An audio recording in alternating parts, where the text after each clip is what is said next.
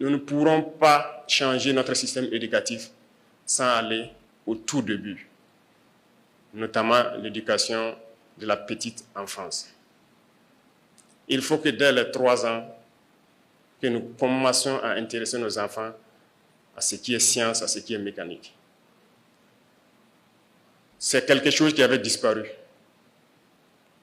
Je pense que nous avions désintéressé il n'y a pas longtemps les enseignants qui avaient été de la petite enfance qui avaient été donc mis à la retraite anticipée après malheureusement le décès du père de la Révolution. Mais aujourd'hui, nous sommes en train de recruter.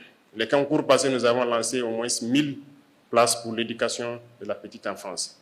Ces gens feront au moins 2 ans à l'école. Mais dans l'urgence, nous avons lancé encore une cohorte de 300, si je ne me trompe, qui sont déjà formés, que nous devons recruter cette année pour qu'ils puissent commencer dès la rentrée prochaine et que nous puissions avoir des écoles maternelles un peu partout. Mais nous devons aussi équiper ces écoles maternelles pour que les enfants puissent apprendre à libérer leur génie créateur dès la base.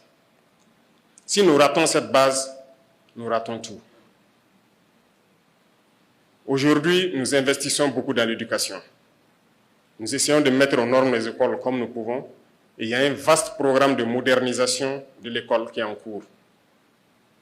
Nous ne pouvons plus concevoir que vous soyez à l'école et que vous passez votre temps à équilibrer des équations chimiques sans jamais aller dans un laboratoire faire la réaction chimique en tant que telle. Nous travaillons pour cela.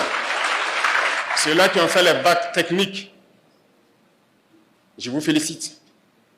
Mais vous ne devez pas être là à dessiner des engrenages sur les papiers sans pouvoir avoir vos machines, vos tours et fabriquer les engrenages. Nous devrons produire. Et nous devons produire. Nous ne pouvons pas être d'éternels consommateurs. Donc la transformation de l'école a commencé. L'initiative est lancée, certes. Nous devons faire le bâtiment aux normes, mais construire beaucoup de laboratoires dans nos écoles.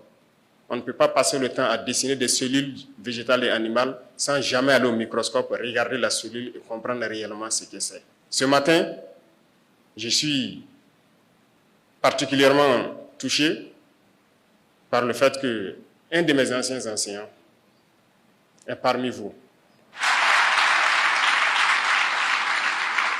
Et il a été élu meilleur enseignant. Je le félicite. Monsieur Zaleh Adama.